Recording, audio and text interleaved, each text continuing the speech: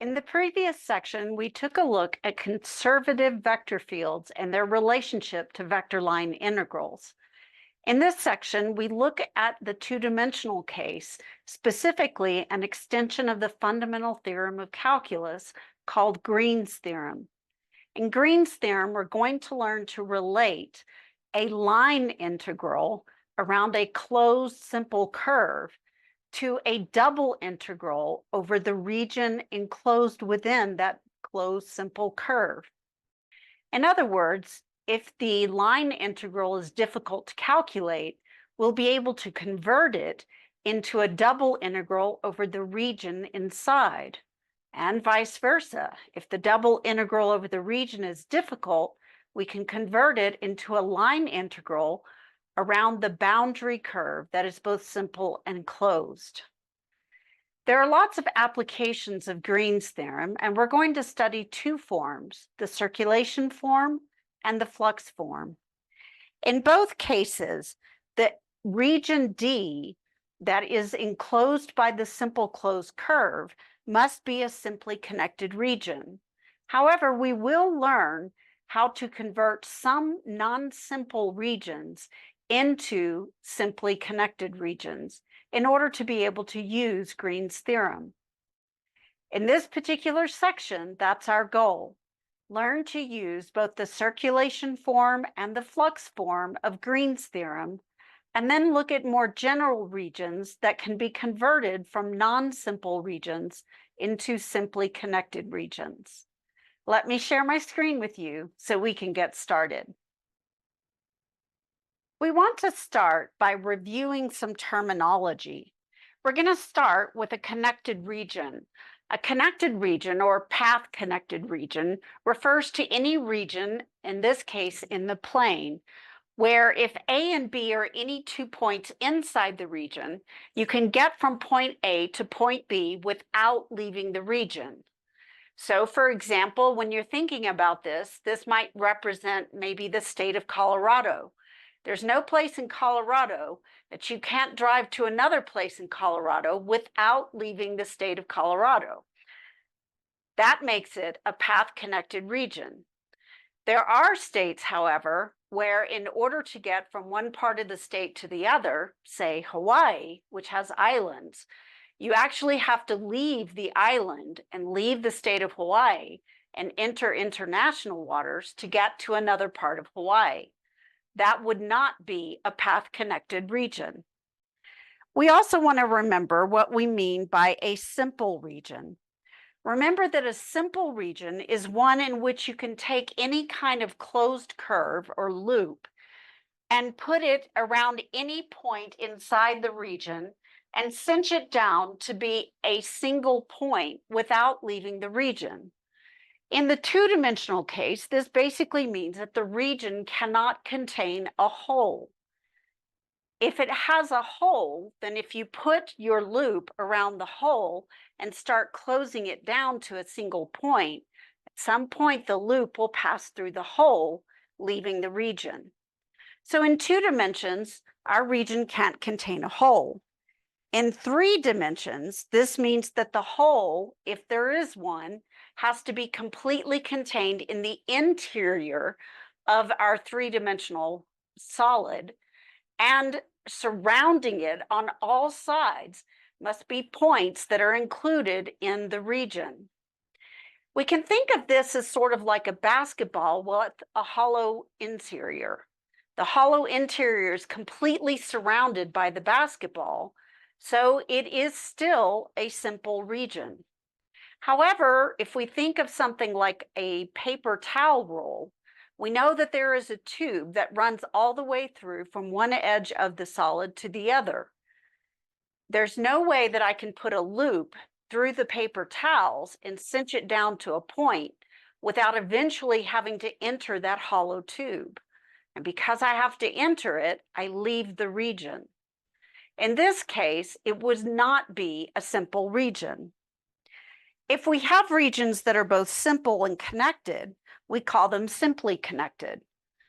Each of the 3 regions pictured here in blue are both simple and connected. The trapezoid, if you put any 2 points in here, that are in the blue, you can get from one to the other without leaving blue. Not only that, but if I take a loop of some kind, let's say I have a shoestring, and I put the shoestring so that the whole shoestring is inside of the blue area, and then I start pulling on it. No matter how tight I make the loop down to a single point, it's going to stay within the blue shaded region. Now compare this to the row below in orange. I can get from any point A to any point B without leaving the orange space, even though each of these three regions has hole in it. However, it's not simple, because if I put a loop around one of the holes so that the loop lies totally in the orange, when I start to cinch it down, keeping in mind that this is a two-dimensional surface, I eventually enter the hole. When I enter the hole, I leave the region. So these in the second row are connected, but they're not simple. Let's take a look at an image from the three-dimensional case. In the image on the far left, this is like a solid ball, solid all the way through, a sphere. In this case, you can get from any point in the sphere to another point in the sphere without leaving the sphere, so it's connected. It's also simple because if I take a loop of any kind and I put it, and again, it's three-dimensional, so I can rotate it at different angles. If I put it in here and cinch it down to a point, it never goes outside of the blue. If I'm looking at this over here, the question is, if I throw a loop of any kind in there, can I get it so that I can go around the hole without having to enter the hole? And the answer is yes. Since the hole is completely contained, I can move it a bit to one side or the other, or up or down, to avoid the hole when I cinch it closed to a single point. In the two images on the right, that's not possible, because this tunnel goes all the way through the solid. And no matter how I put my loop in the blue region, there's at least some loops that cannot be cinched down to a single point without entering that tunnel.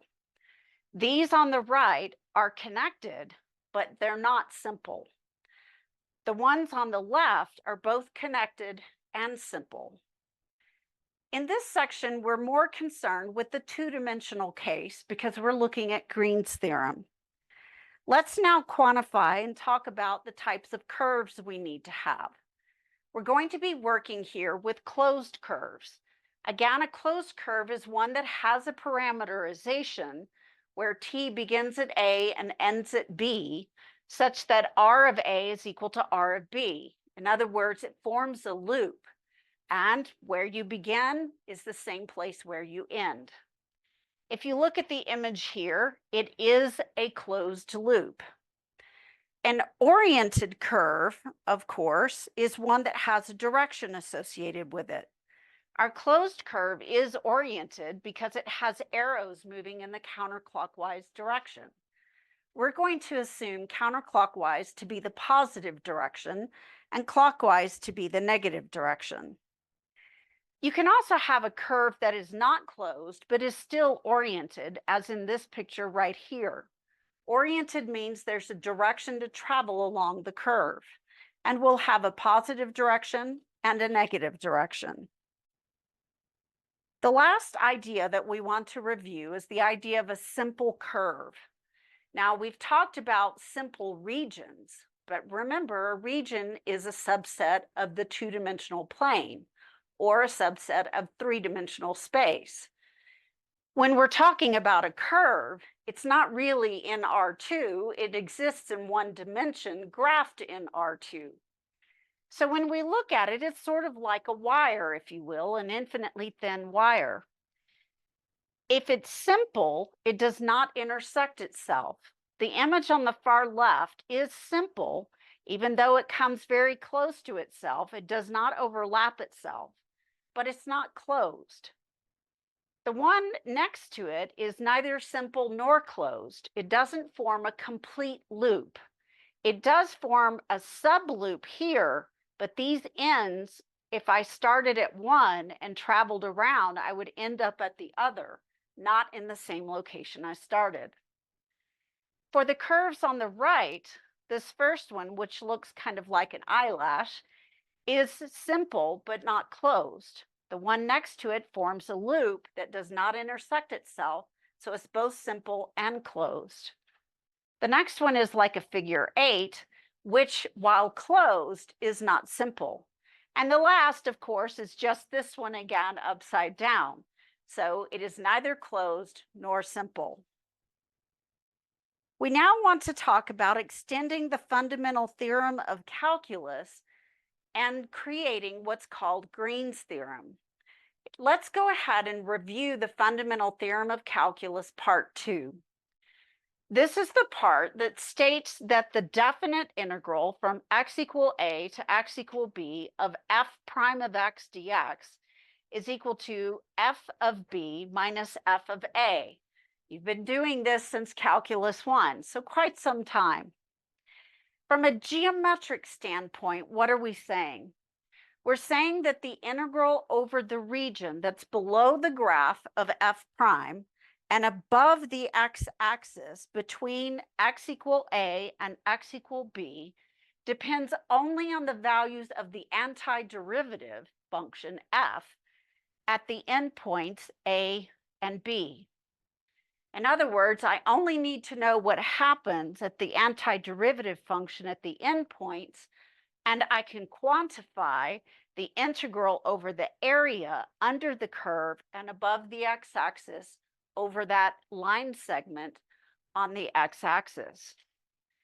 This tells us that we're calculating the integral based on information about the boundaries of that line segment from A to B. This idea that we can find the value of the integral by instead evaluating it at the boundaries is the idea we want to extend to get to Green's theorem. The same idea is true of a vector line integral for a conservative vector field. This gives rise to the fundamental theorem of line integrals.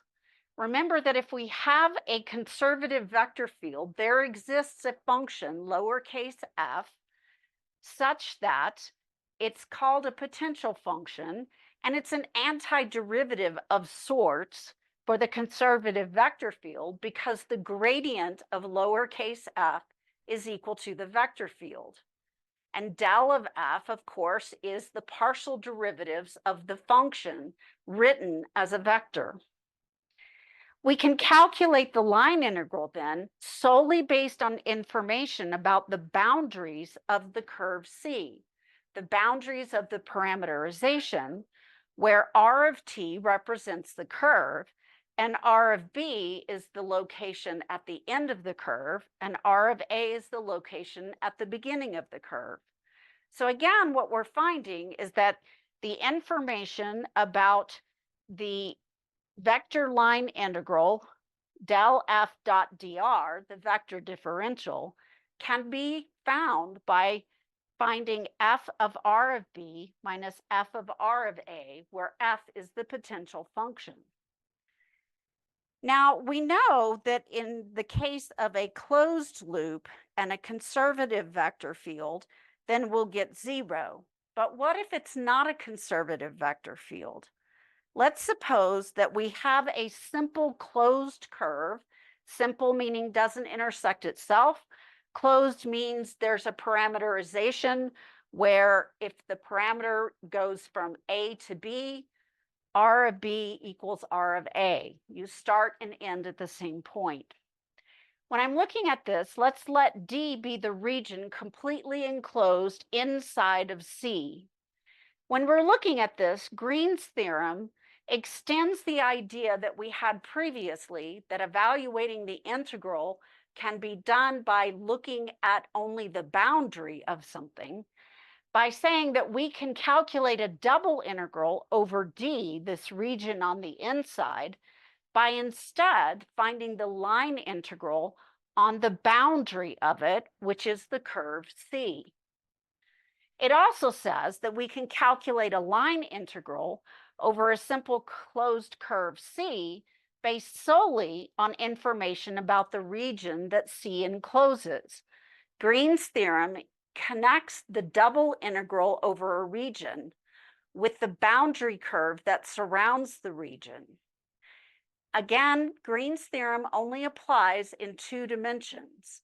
We'll be able to extend this somewhat later on when we get to Stokes' theorem and the divergence theorem.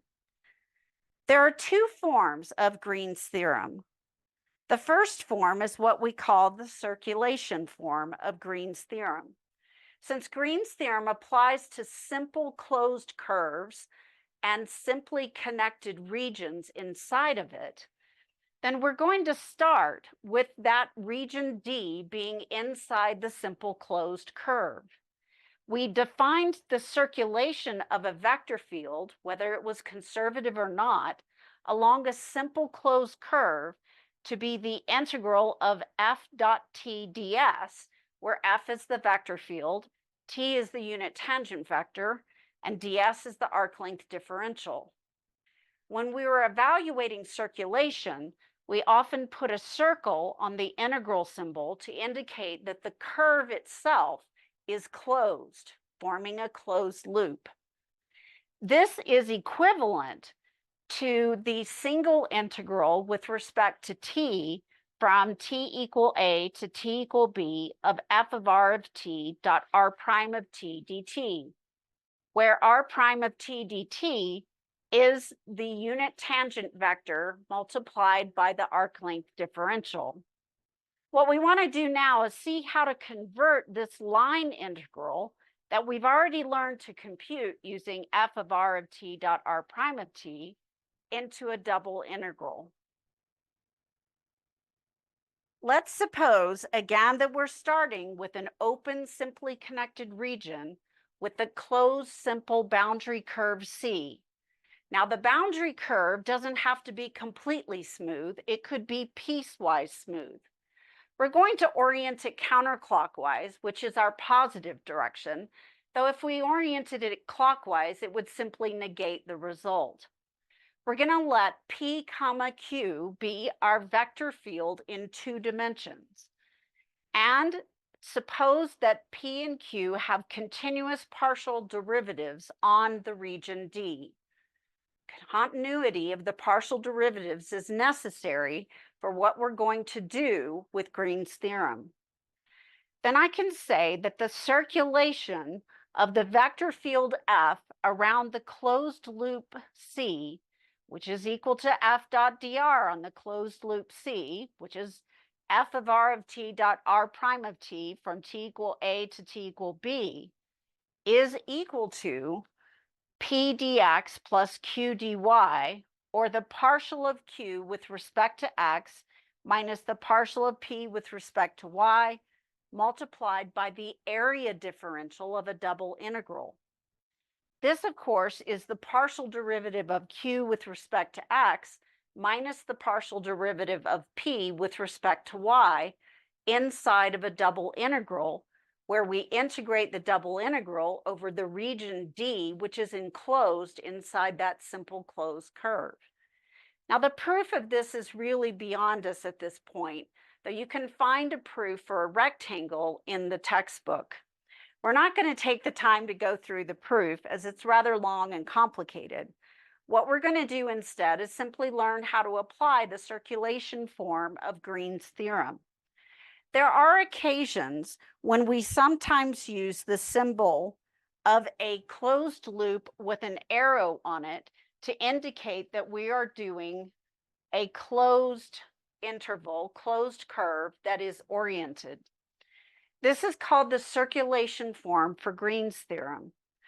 The idea, of course, is that you have a vector field and you have a curve, and we're trying to determine how much it tends to circulate around that particular value.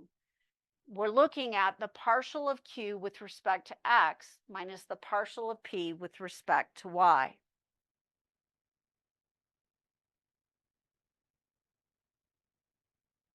What did we do previously when we evaluated something like this? Let's suppose that our curve is a right triangle.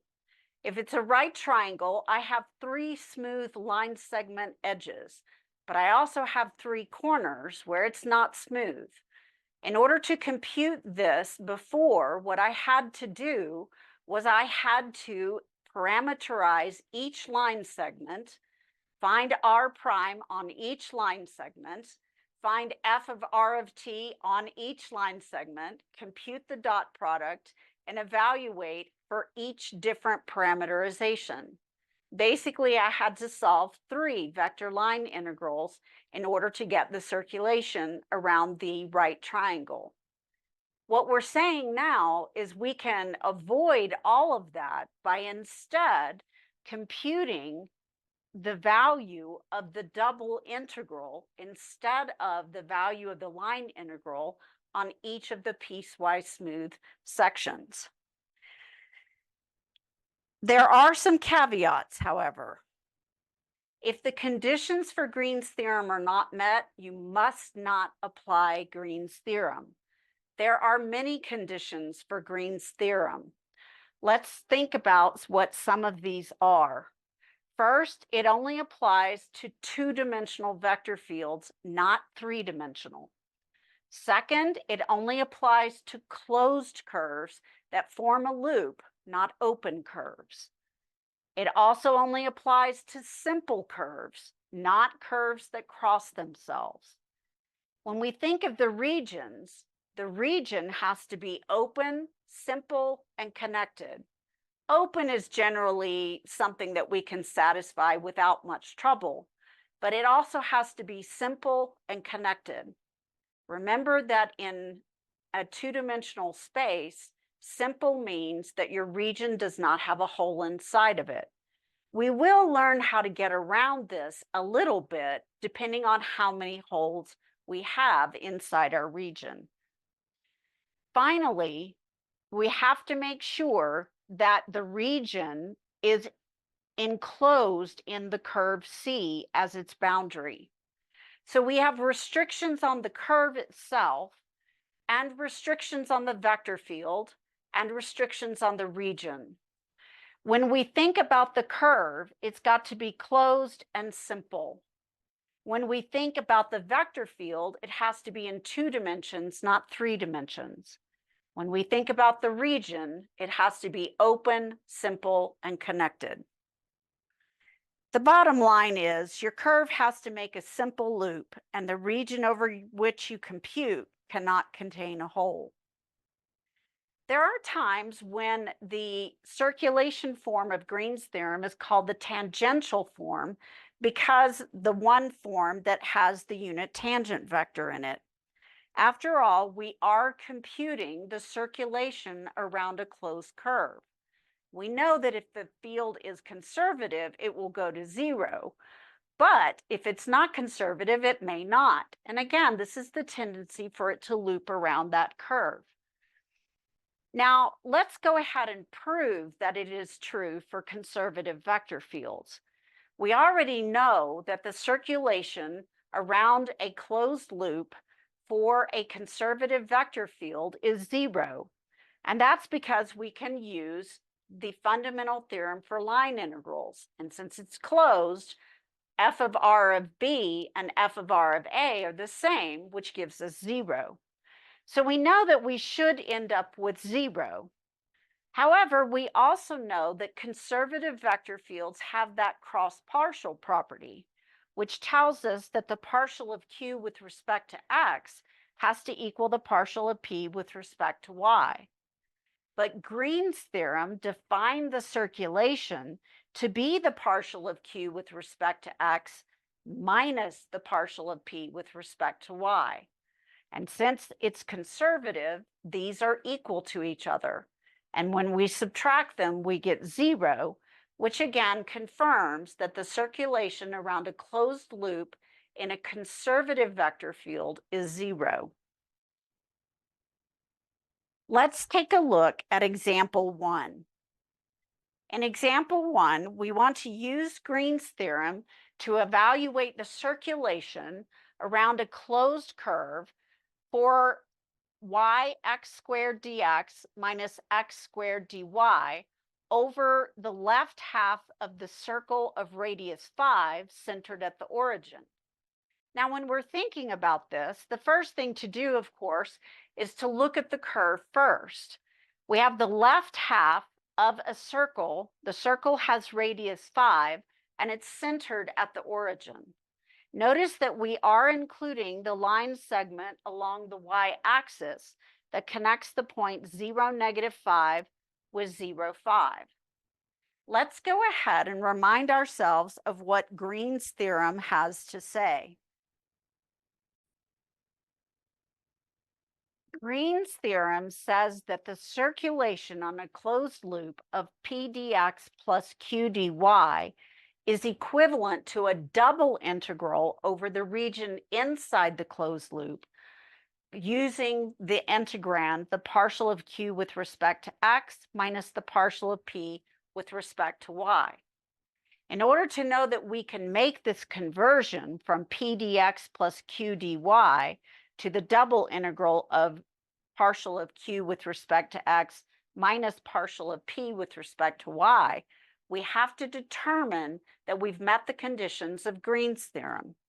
Let's go ahead and review the conditions of Green's theorem now. We have 4 questions to ask about our closed curve. First, is it at least piecewise smooth? And again, in this case, it's fine if it has corners. It just has to be piecewise smooth.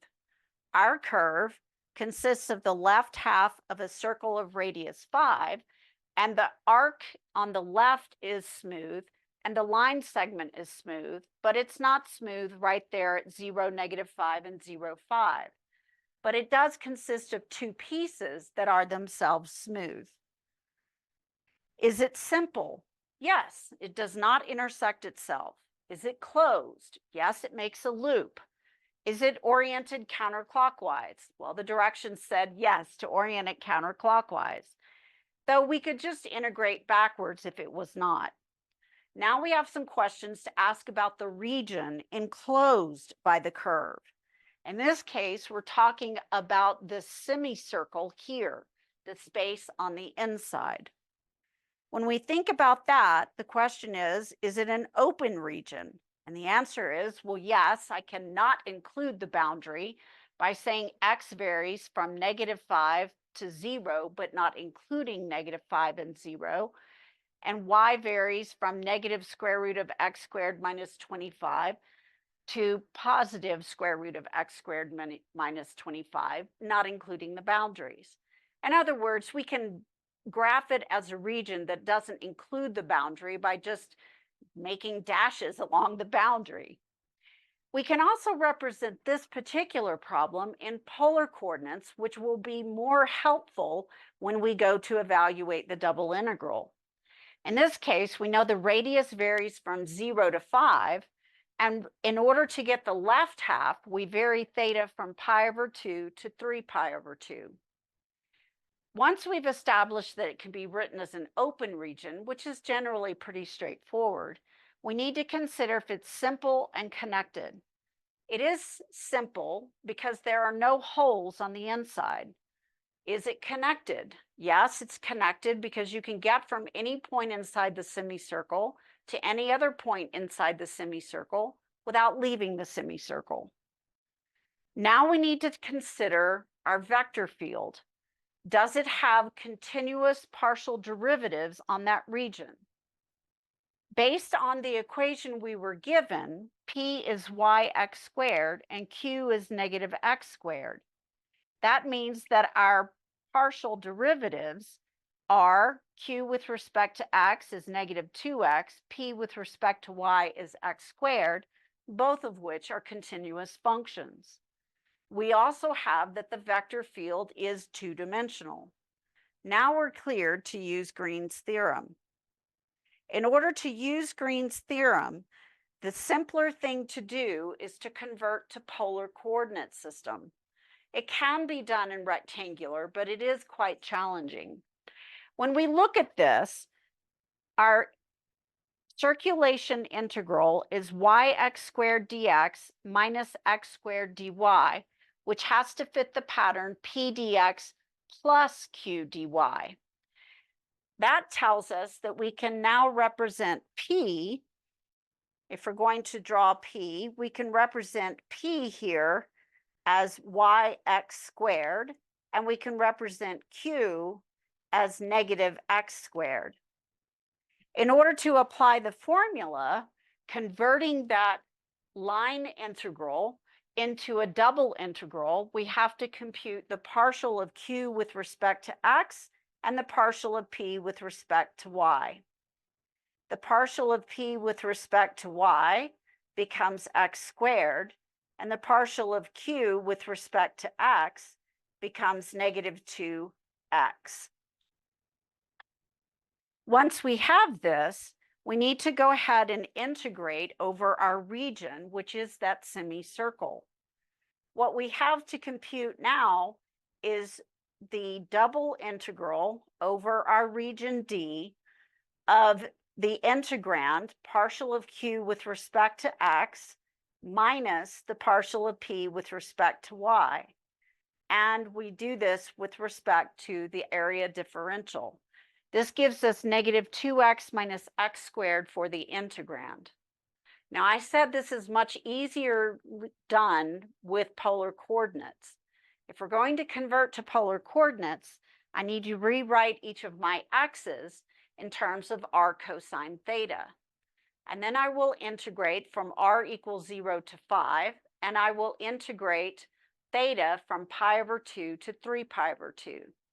Go ahead and pause the video now, work out the double integral, then turn the video back on, and we'll compare our work.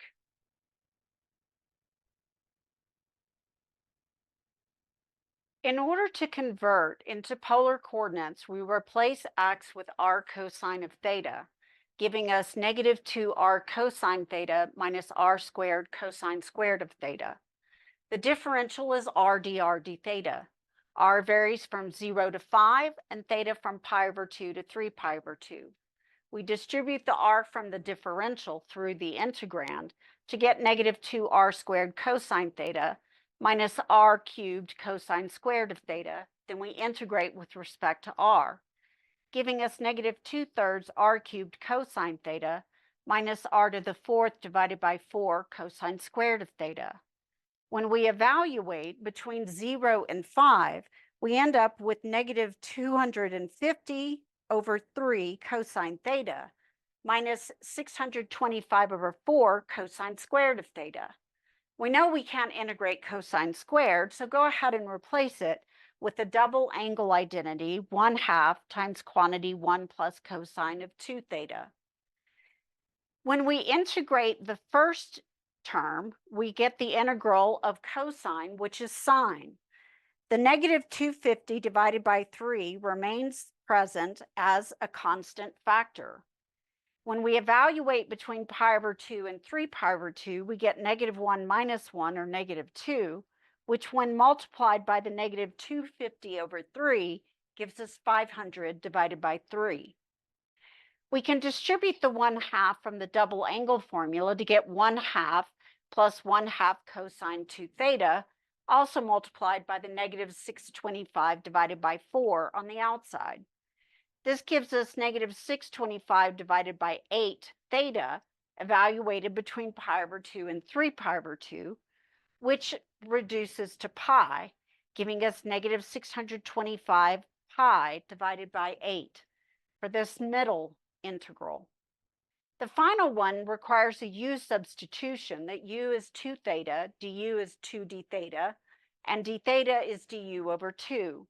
When we change the limits of integration from theta values to u values, we find that they go from pi to 3 pi.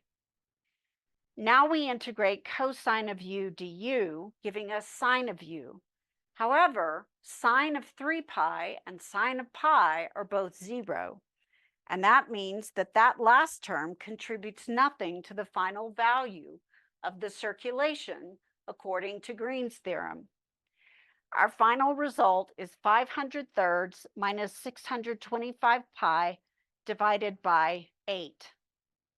We could also have solved this by parameterizing the arc using cosine t sine t, or 5 cosine t, 5 sine t, and going from pi over 2 to 3 pi over 2, and also parameterizing the line segment between 0, -5 and 0, 5, finding f of r of t and r prime of t for each separate parameterization, and then integrating each individual vector line integral and adding the result together. You should come up with exactly the same result. Let's go ahead and take a look at another example.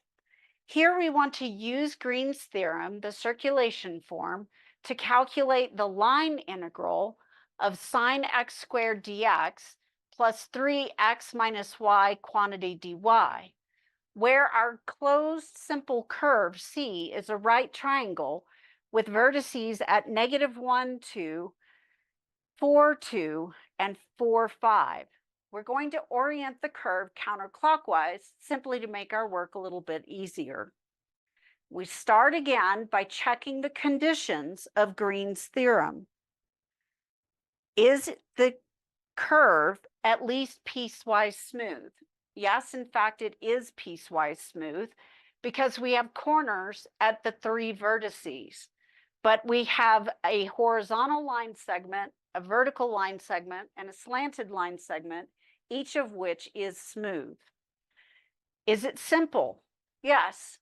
There is no place where the triangle lines intersect each other or cross itself. Is it closed? Yes, it makes a loop. Did you orient it counterclockwise? Yes, though if it was oriented clockwise, it would just introduce a negative. Now we need to consider the region on the inside.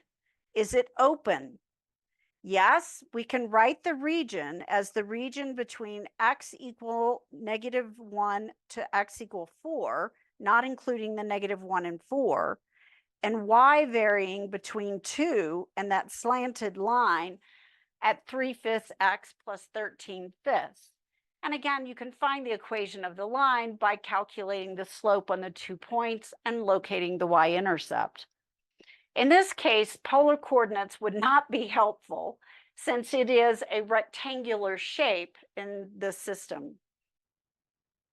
It is open. The next question is it simple and is it path connected?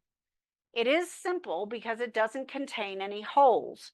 It's also path connected because you don't have to leave the right triangle to reach any other point inside the right triangle. Finally, we want to look at the vector field. Is it a 2-dimensional vector field? In these cases, the vector field is not actually given, but it is inherent inside of the circulation form of the integral. Sine of x squared is p, and 3x minus y is q. That makes it a 2-dimensional vector field. Then we need to know if the derivatives, the partial derivatives, are continuous. In order to determine if the partial derivatives are continuous, we take the partial of q with respect to x, which will give us 3, which of course is continuous, and the partial of p with respect to y, well, it doesn't depend on y, so that's 0. Again, all horizontal lines are definitely continuous, so they are continuous. Now that we're clear to use Green's theorem, we want to go ahead and apply it to our formula. Go ahead and pause the video now, apply Green's theorem in the circulation form, then turn the video back on so we can compare our answers.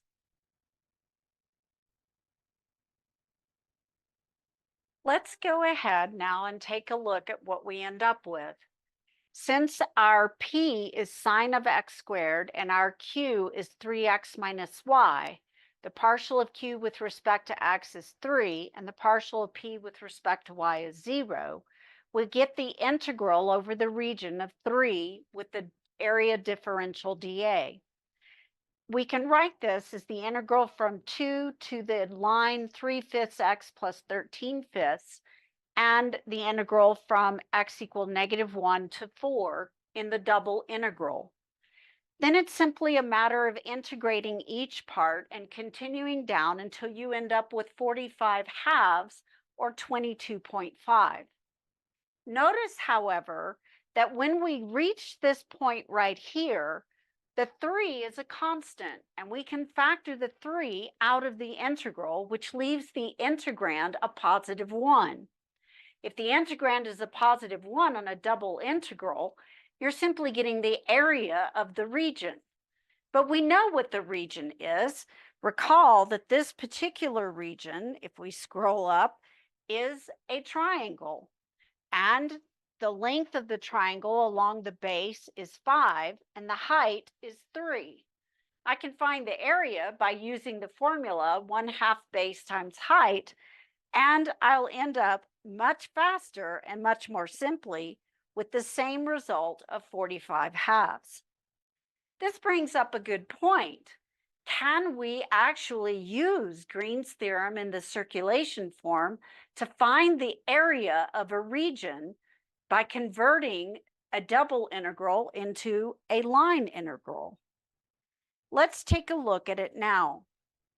We do still have to have the region meet the conditions: open, simple, path connected. And our boundary curve has to meet its conditions: piecewise smooth, simple, closed, and we like it to be oriented counterclockwise. Then we should be able to use Green's theorem to find the area of the region in 2 dimensions by converting the double integral into a line integral. In this case, the integrand of the double integral needs to be 1. So to do that, we need to have that the partial of q with respect to x minus the partial of p with respect to y is equal to 1.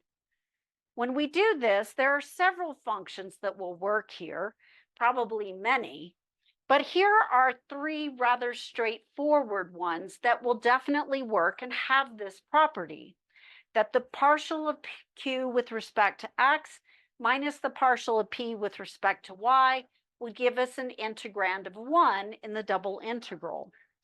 One example is negative y halves comma x divided by 2. In this case, the partial of q with respect to x is 1/2. The partial of p with respect to y is negative 1/2. But when you subtract the negative 1/2, you end up adding a half, so you get 1. Another function that has this property, another vector field, is 0, x. The partial of q with respect to x is, of course, 1, and the partial of p with respect to y is 0, so we get 1 again for partial of q with respect to x minus partial of p with respect to y. Finally, another one that is simple that will always work is negative y comma 0 for the vector field. The partial of q this time is 0, but the partial of p with respect to y is negative 1. When you subtract the negative 1, you get a positive 1. As long as we have a vector field that's like one of these 3 or one of these 3, then we should be able to convert the double integral with an integrand of 1 into a line integral using the named vector field.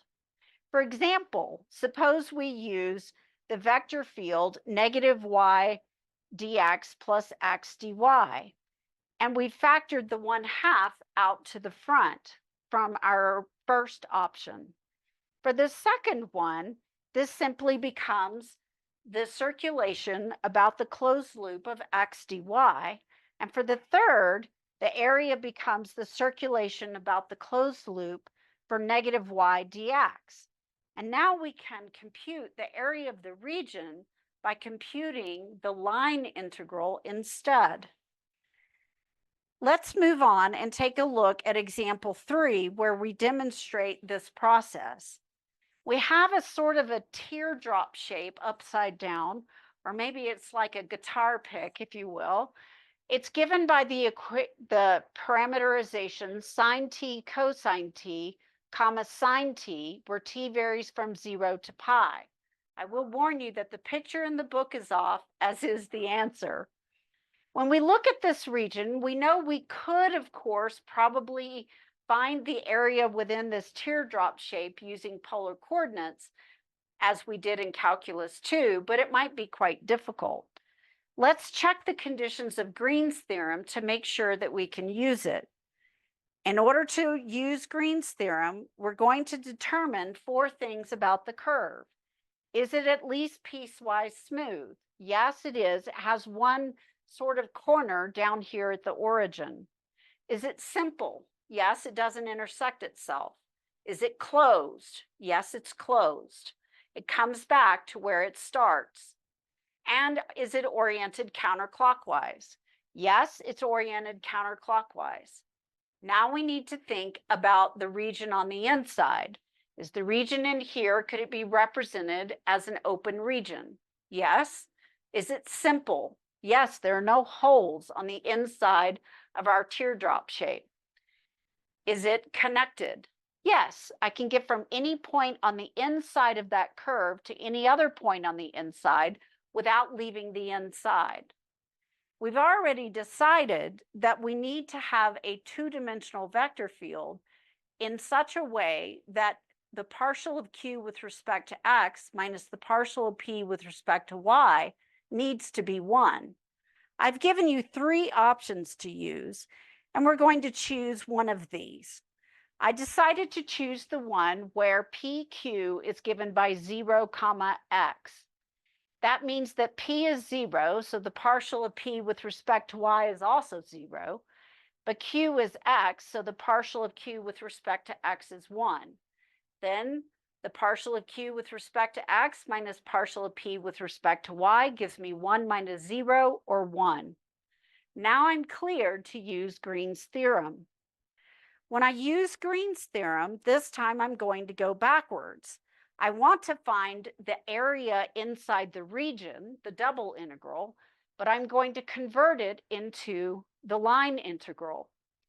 Let's go ahead and think about how that process would work. Remember that the circulation form can be converted into a single integral over the parameter t by finding f of r of t dot r prime of t. We have a parameterization for the curve. It was given to us. We know that t varies from 0 to pi. That way, we can go ahead and find r prime of t based on the original definition of r of t, which is going to give us cosine squared t minus sine squared t. And the derivative of sine t is cosine t. Then we need to find and parameterize the vector field, f of r of t. F we chose to be 0x, and when we substitute in the x component of the parameterization, we get 0, sine t cosine t. Next, we need to find the dot product between these two as our new integrand in the single integral with respect to t. Computing the dot product gives us sine t times cosine squared of t. Now that we have that, we can substitute this into the line integral and compute. Our new value is going to be the area of the double integral, 1 dA, where d is the region inside the teardrop, is going to be given by the single integral from t equals 0 to pi of f of r of t dotted with r prime of t dt. This can be represented as the integral from 0 to pi of sine of t cosine squared of t dt. Go ahead and do a u substitution in order to evaluate this integral, then turn the video back on and we'll work it together. In this case, we're going to convert by letting f of r of t dot r prime of t be sine t cosine squared t and evaluate from 0 to pi. Our u substitution is u is cosine t, so du is negative sine t dt, which makes the sine t dt we have in the integrand equal to negative du. When we change the limits of integration, t equals 0 becomes u equal 1, and t equal pi becomes u equal -1. Make sure that you put these in the appropriate position. We now have the integral from 1 to -1 of u squared times negative du. But since we have a negative in the integrand, I can switch the limits of integration so that I integrate -1 to 1 of u squared du, giving me u cubed over 3. When I substitute the limits of integration and simplify, I get 2/3. Now, the textbook had 4/3, but I'm almost positive that this is an error. In fact, the entire graph was well off. It's not the true graph of this particular shape. If they had had a 2 coefficient on the first component of the parameterization, you would have gotten 4/3. So it's possible that there's simply a typo in the textbook. Now that we've talked about the circulation form of Green's theorem, and we've used it to calculate the circulation in a vector field around a closed loop, and also the area of a double integral that was more difficult to calculate, we now want to look at the flux form of Green's theorem. The flux form of Green's theorem is the second form of Green's theorem.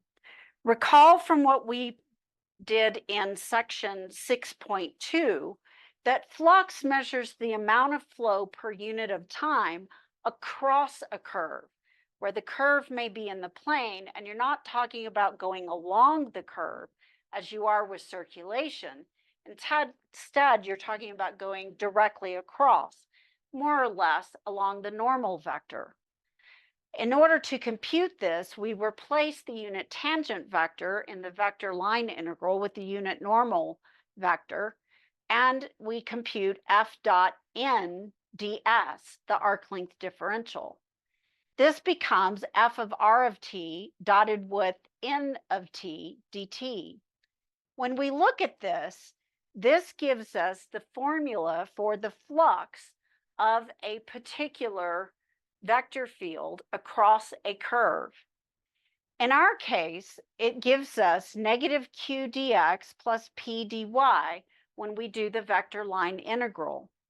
We also made note that a normal vector can always be found by computing y prime of t comma negative x prime of t of the parameterization. This, however, can sometimes be difficult to calculate. So we want to see if we can convert this into a double integral instead. In this way, we'll be able to compute a more difficult flux integral by instead computing the double integral. Let's again start with our restrictions. D needs to be an open, simple, and path-connected region with a boundary curve that is at least piecewise smooth, simple, enclosed, and oriented counterclockwise.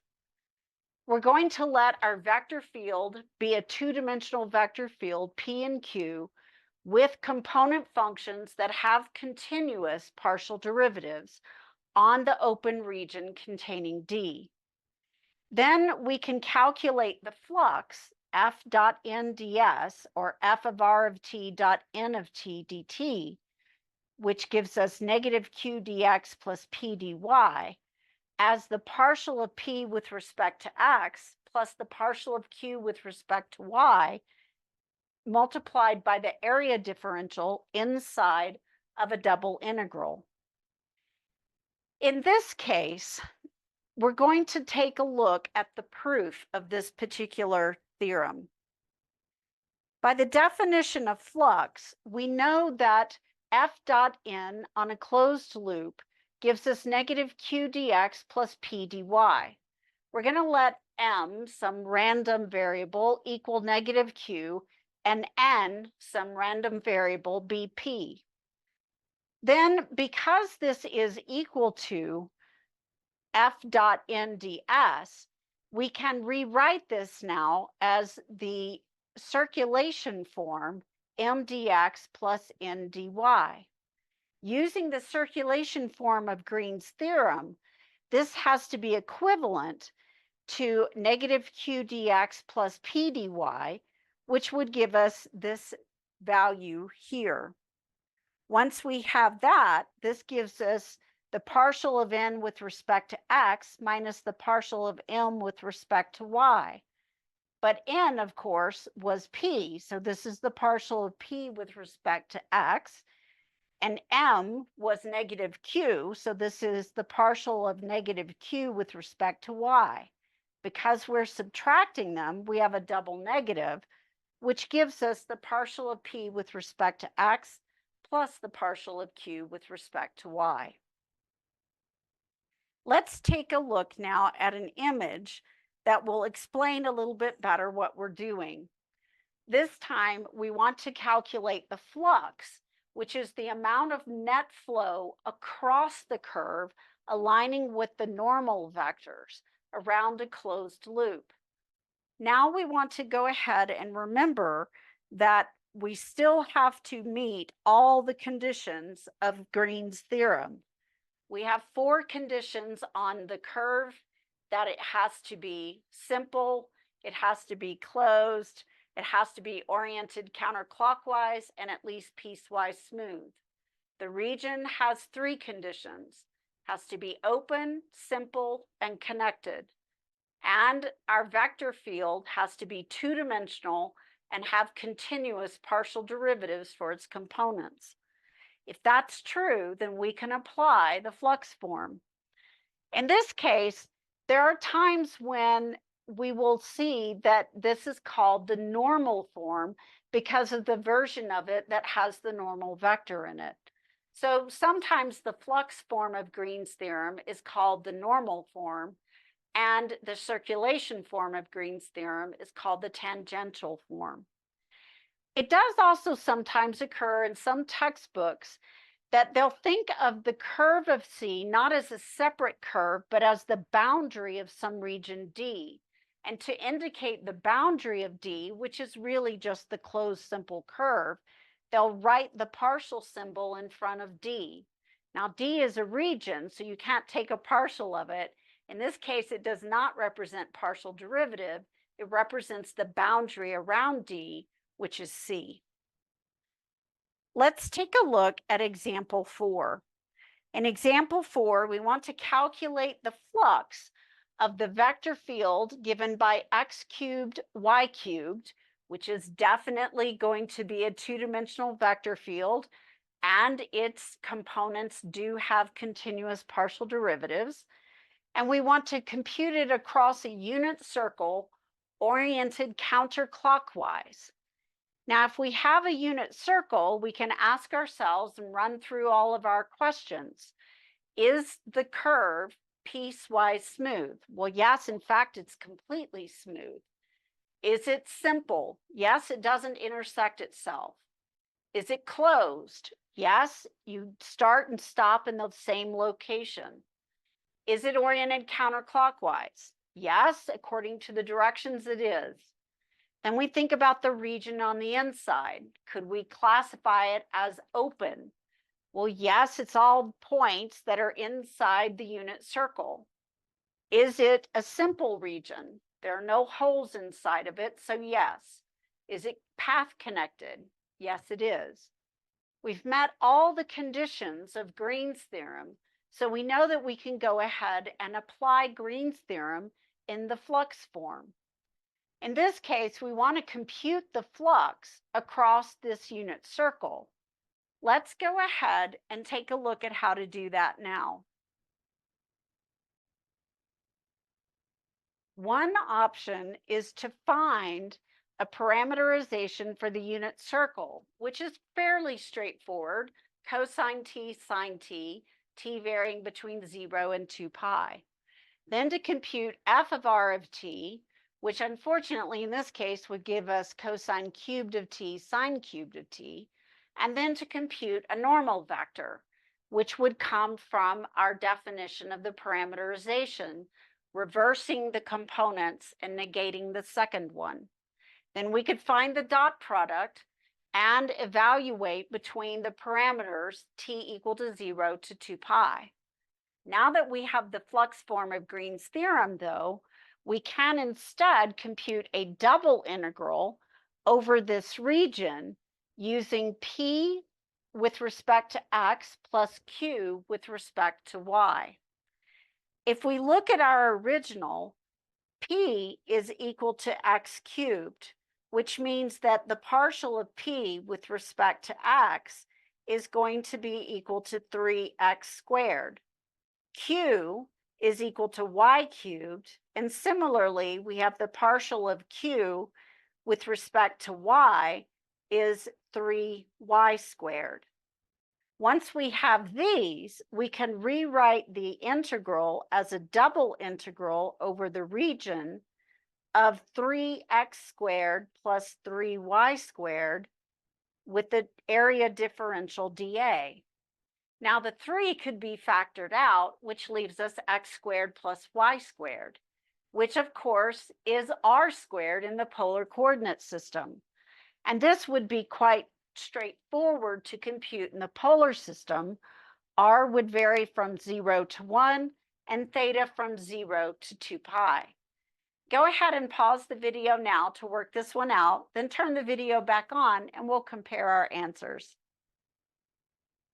Once I've represented it and converted the 3 outside and x squared plus y squared to r squared, I multiply by the r from the polar differential, r dr d theta, to get r cubed as my new integrand. Integrating gives me r to the 4th over 4, which evaluated between 0 and 1 will give me 1/4. The 1/4 is a constant, so I get a constant of 3/4 on the outside, with an integrand of 1 d theta. This can be theta evaluated from 0 to 2 pi, which reduces to 3 pi divided by 2. This is a much simpler way of doing this as opposed to having to compute f of r of t, find an n of t, dot them together, and then integrate. We want to look now at what's called a source-free field. A source-free field is a vector field with a flux that is 0 along any closed curve. That is, the partial of p with respect to x plus the partial of q with respect to y is equal to 0. In a sense, a source-free field is for flux what a conservative field is for circulation. The flux around the closed loop will be 0 for a source-free field, whereas the circulation around a closed loop is 0 for a conservative vector field. Then we can define what we call a stream function. The stream function is to a source-free field what the potential function lowercase f is for a conservative vector field.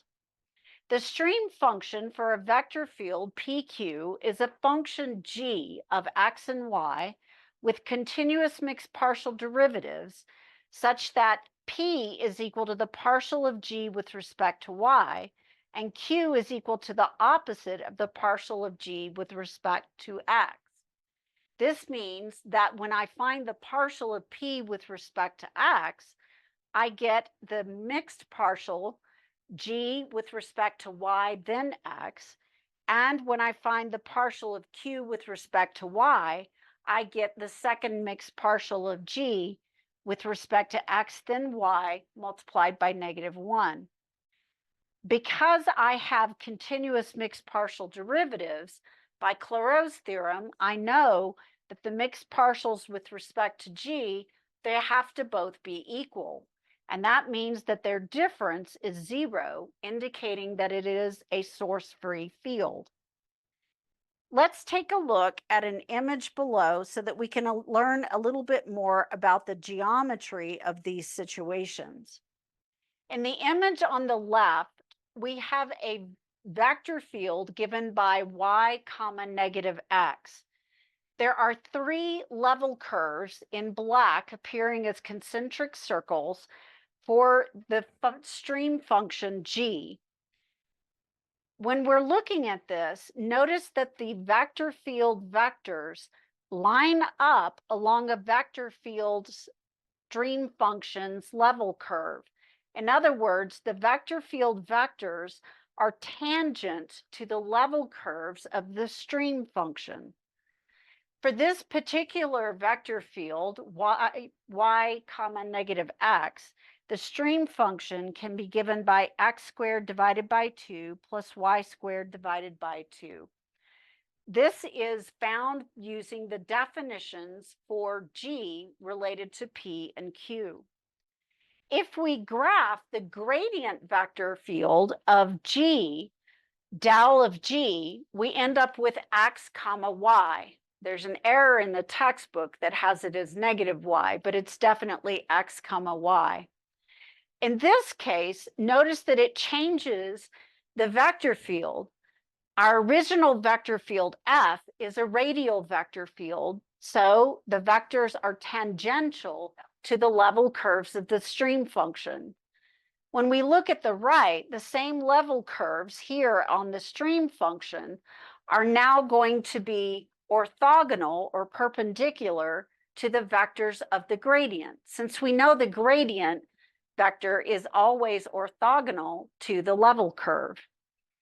What this tells us then is that the vector field at a point AB dotted with the del of G at the same point will have to be 0 for any point in the domain of the stream function.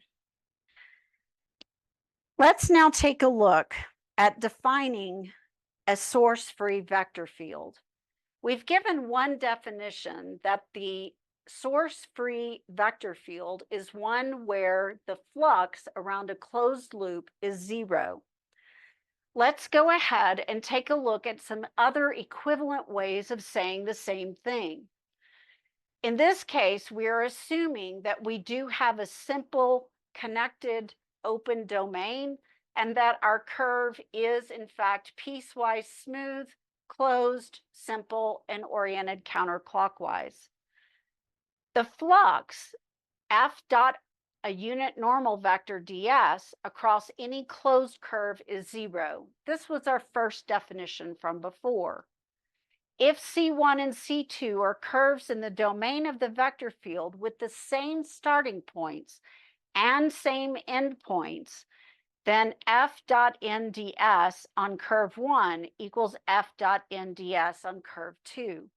In other words, when we have a source-free field, the flux is independent of path. There is a stream function g of xy for the vector field, and the partial of p with respect to x plus the partial of q with respect to y is equal to 0. Let's take a look at an example and see how we would use this information. In example 5, we want to find a stream function for the vector field given by x sine of y comma cosine y. We need to verify that this is going to meet our definition. When we think of the domain of the components of the vector field F, it's all of R2. R2 is open, simple, and connected, so we know that the region meets our conditions. We can prove that it is a source-free field by showing that any of the definitions we just gave are true. The last one is probably the easiest to prove. We need to show that the partial of p with respect to x plus the partial of q with respect to y is 0. P is x sine of y, and the partial with respect to x is sine y. Q is cosine y, so the partial is negative sine y. When we add sine y to negative sine y, we do get 0, which means that it is a source-free field. Now we need to find a stream function. Finding a stream function is essentially the same process as finding a potential function for a conservative vector field. We're going to start by supposing that g of xy is a stream function for our vector field such that p is equal to the first partial of g with respect to y, and q is the opposite of the first partial of g with respect to x. This gives us two different differentials which we want to evaluate. You pick one, whichever one you think might be easier, and integrate it. In this case, I would have to be integrating p with respect to y and q with respect to x. P with respect to y would not be terribly difficult. I'd simply be integrating sine of y, but it would be easier to integrate q, cosine of y, with respect to x because it doesn't have an x. So cosine of y is simply a constant as far as the integral is concerned. So I chose to integrate q. Since q is equal to negative partial of g with respect to x, I can integrate both sides. Since q is cosine of y, when I integrate it with respect to x, I get x cosine of y. When I integrate the partial of g with respect to x dx and multiply by a negative, I get negative g of x and y. I moved the negative to the opposite side so that g came out to be negative x cosine of y plus some unknown constant function of y, possibly, or possibly just a constant. Again, very similar to what we did with potential functions. Since I used the first differential of q equal to negative partial of g with respect to x, now I have to use the partial that p is equal to the partial of g with respect to y. I'm going to take my candidate for g, and I'm going to find the partial of it with respect to y and set it equal to p. When I find the partial of it with respect to y, this is going to give me negative x sine of y, or rather negative x cosine of y becoming positive x sine of y. And the partial of h with respect to y just becomes h prime of y, since h is only a function of y. Then I set this equal to p, which was x sine of y. The x sine of y terms cancel out, which tells me h prime of y is 0, or h of y is a constant. Then I put it all together and write my stream function as negative x cosine of y plus a constant c. What would happen if we had a vector field that was both source-free and conservative? It turns out that these types of vector fields are rather important in multiple applications. It becomes foundational in differential equations because it models phenomena such as gravitational and magnetic potentials in space and the velocity potential of an ideal fluid. When we look at these, how can we characterize something as both conservative and source-free? When this is the case, we call this a harmonic function. One important feature of vector fields that are both conservative and source-free on a simply open connected domain is that any potential function f for the field satisfies Laplace's equation that the second partial of f with respect to x plus the second partial of f with respect to y is equal to 0.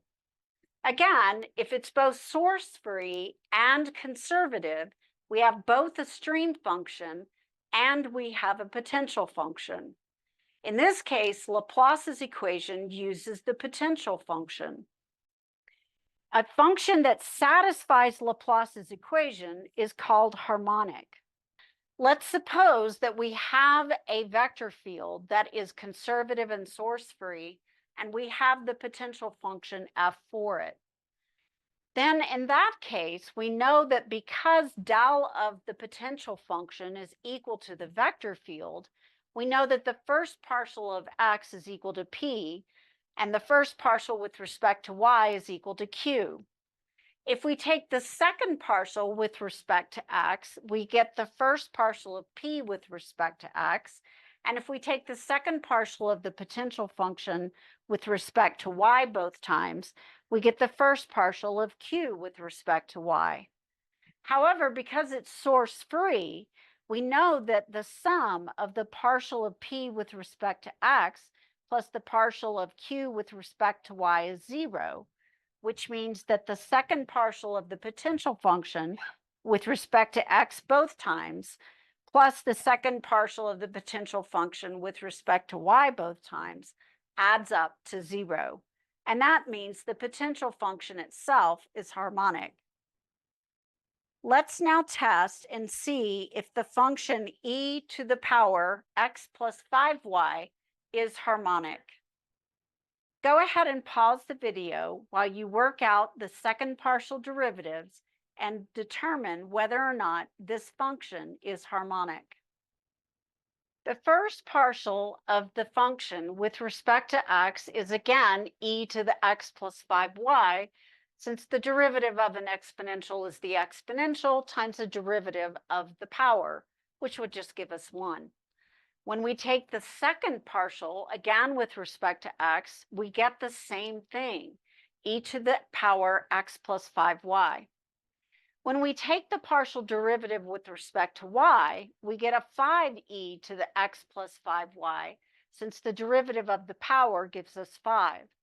When we take the derivative with respect to y again, we get 25e to the x plus 5y.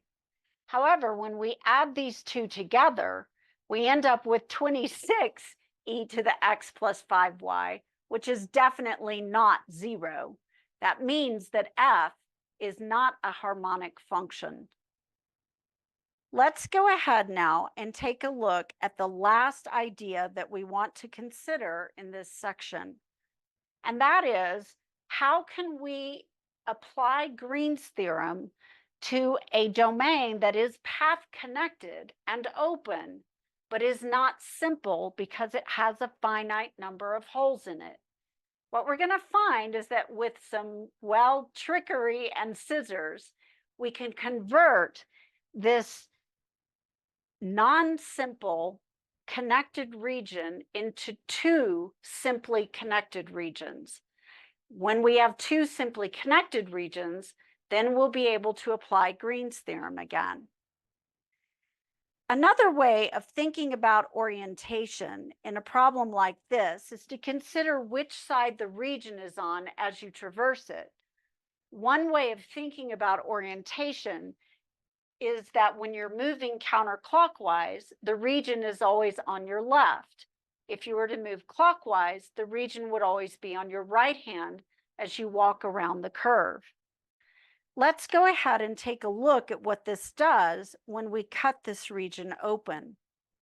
We're going to orient the outer boundary in the positive direction, which is counterclockwise. Notice that here. We actually orient the holes on the inside in the clockwise direction, which is going this direction. And again, as you move counterclockwise, the blue shape stays on the left. And as you move clockwise, the white holes stay on the right. Then we're going to take a pair of scissors and slice it through all of the holes with one cut. When we do that, that's going to create some regions of overlap that are on both sections. Because it now is in two regions, the question is, can we now traverse this in the same direction? If you look at the region before we cut it open, notice that on this part right here, we are still moving in this direction, the clockwise direction of the hole. However, if we move in that direction, we're actually moving on a counterclockwise direction for the entire region that is half of the shape. When we look at the one on the bottom, moving clockwise on the hole means that we are again moving counterclockwise on the bottom half of the shape. So that we have now turned one region that was not simple into two regions that are simple, are connected, and are oriented counterclockwise for the curve. Now let's go ahead and see how we might apply Green's theorem. Since we have the two, we can split it up and we can find Green's theorem by applying it to each of the new boundaries. Now, why does this work? When we cut it along this red highlighted region. That means that when we trace out the upper half, the red regions are the same regions that also get traced on the lower half. In a sense, they're a shared region because they're where I made the cuts. It's where the two pieces would fit back together. Notice, however, that in the region on the top, my arrows are pointing to the right. But on the bottom half, the arrows are all pointing to the left. That means that on the segments that are getting counted twice, in one orientation, they're done this way, and the other orientation, they're done that way.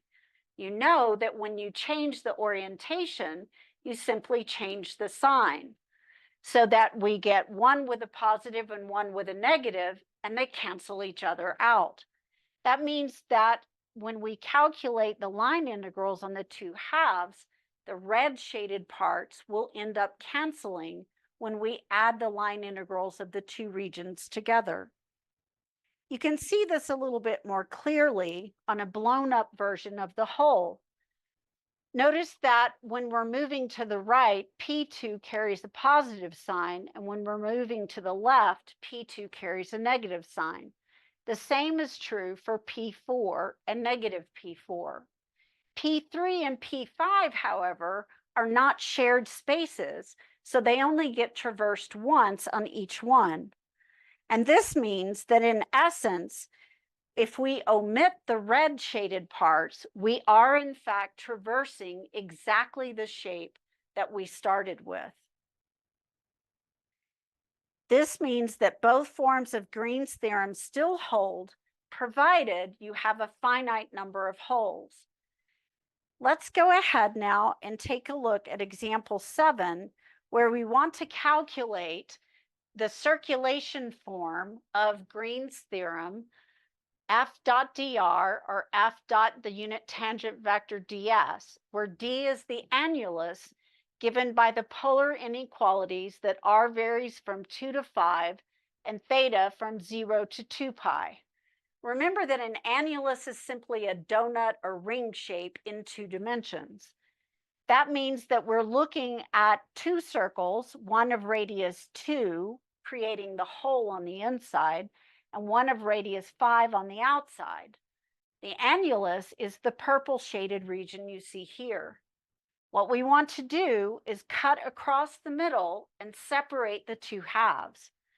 That means that the two shared line segments where we actually made the cut get traversed in opposite directions, so they cancel out. By integrating on each half, we can then find the circulation form for this integral. What we need to do now is find the partial of q with respect to x and the partial of p with respect to y, and convert our circulation form of Green's theorem into the double integral so that we can compute it. P is given by x cubed, so the partial of p with respect to y is simply going to be 0. Likewise, we can take a look at q. Y is equal to 0. Q in this case is 5x plus e to the y sine of y.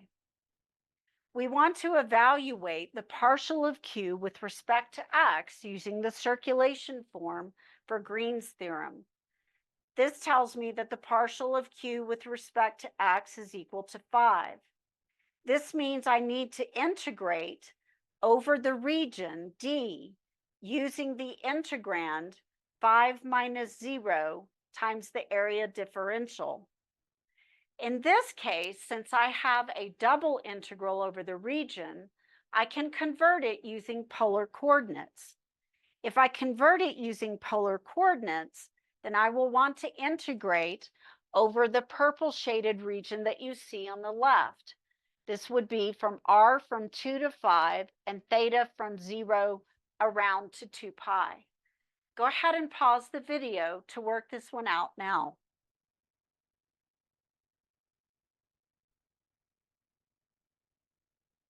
Since I found that the value of the partial of q with respect to x minus the partial of p with respect to y was 5, I want to convert it to polar coordinates so that I can take advantage of the symmetry since it's based on circles.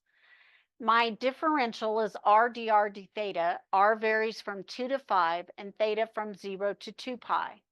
Integrating first with respect to r gives me 5/2 r squared between 2 and 5, which results in 105 halves. Then I integrate 105 halves with respect to theta from 0 to 2 pi and end up with a final value of 105 pi for the circulation around this particular shape.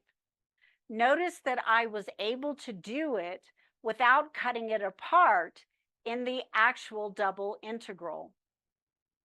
This is the end of our discussion on Green's theorem as it applies to two-dimensional shapes, where we have piecewise smooth, closed, simple curves oriented counterclockwise, and open, simple, connected regions. In our next video, we'll be taking a look at something called curl and divergence, which are actually somewhat related to what we've been discussing. See you soon for the next video.